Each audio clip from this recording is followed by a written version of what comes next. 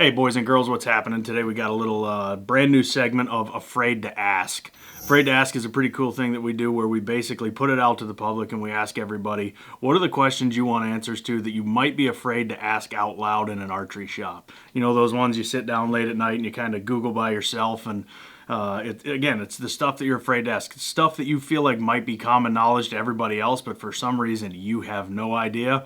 Those are the types of questions that we're trying to answer and afraid to ask. So today we're going to talk about all things whitetail scoring. There's a lot of methods to scoring whitetails in the field and on the hoof. We're going to go through the method that I've been using for a number of years, probably going on 20 years now.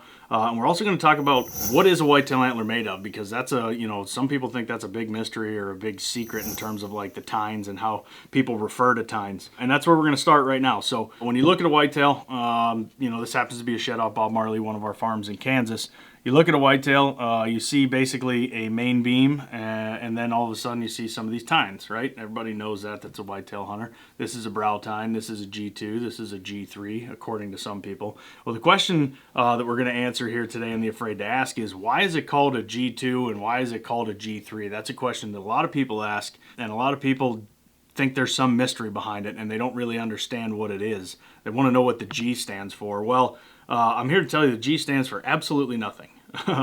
It's no real mystery behind the whole thing. What it is basically when it comes down to filling out a score sheet, like an actual score sheet for the score of a whitetail, box G1 is the brow tine. Box G2 is this tine. Box G3 is this tine. So A is your name, B is your address, stuff like that. So you get the point. It is really simple. It's just section G, box 1, section G, box 2. I never called it that growing up. I always called them brow tines, first, seconds, thirds, fourths, fifths, so on, all the way out. There's no right or wrong. You can call them whatever you want. But you do hear some of that, different nomenclature depending on where you are across the country. So thought we'd clarify that. That is question number 1.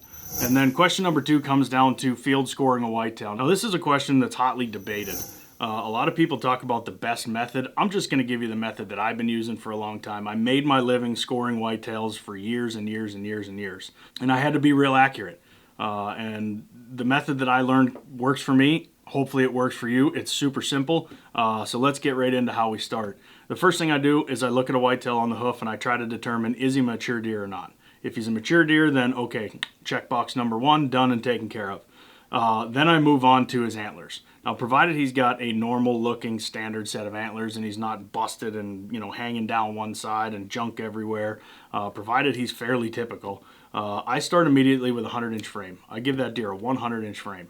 So what is a 100-inch frame? A 100-inch frame starts with his mass measurements, 8 of them, 4 from each side. So you've got one between the brow and the base, one between these two tines, one between these two tines, and then the last one between here and the end of the main beam or another tine, whatever might be out there.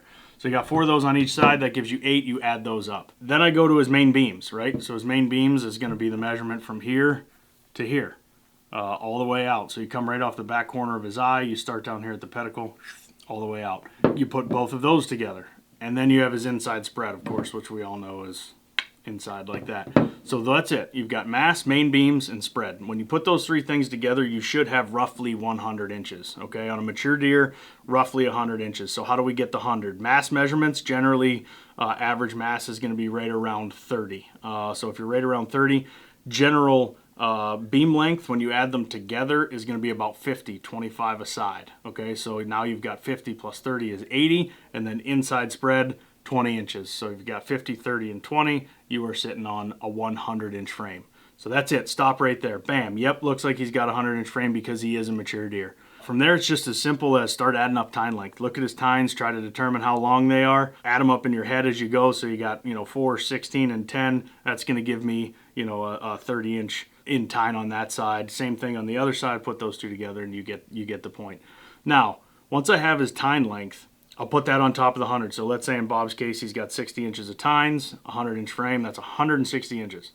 From there, what I try to do is then go back in my head and revisit the frame and say, okay, but he had short beams, or damn, he had mass. He was way over 30 inches in mass, right? So he might have, 38 inches of mass. He might be touching 40 inches of mass. He might be like Megatron back here, right? Who's got massive mass. But that's what I do. I revisit that frame after I do the tine length. because a lot of times you get that split second look and they're gone. So that's it. Do the 100-inch frame, give them the tine length, then revisit the frame. That's my method. That's the one that I've been using for years. So hopefully we answered some questions for you guys here today in the Afraid to Ask. As always, leave comments and questions down below in the comments section. Be sure to subscribe. Check out all of our other videos. These videos we're doing for you guys. So please engage with us. Let us know what you want to hear, and we'll be sure to get back to you.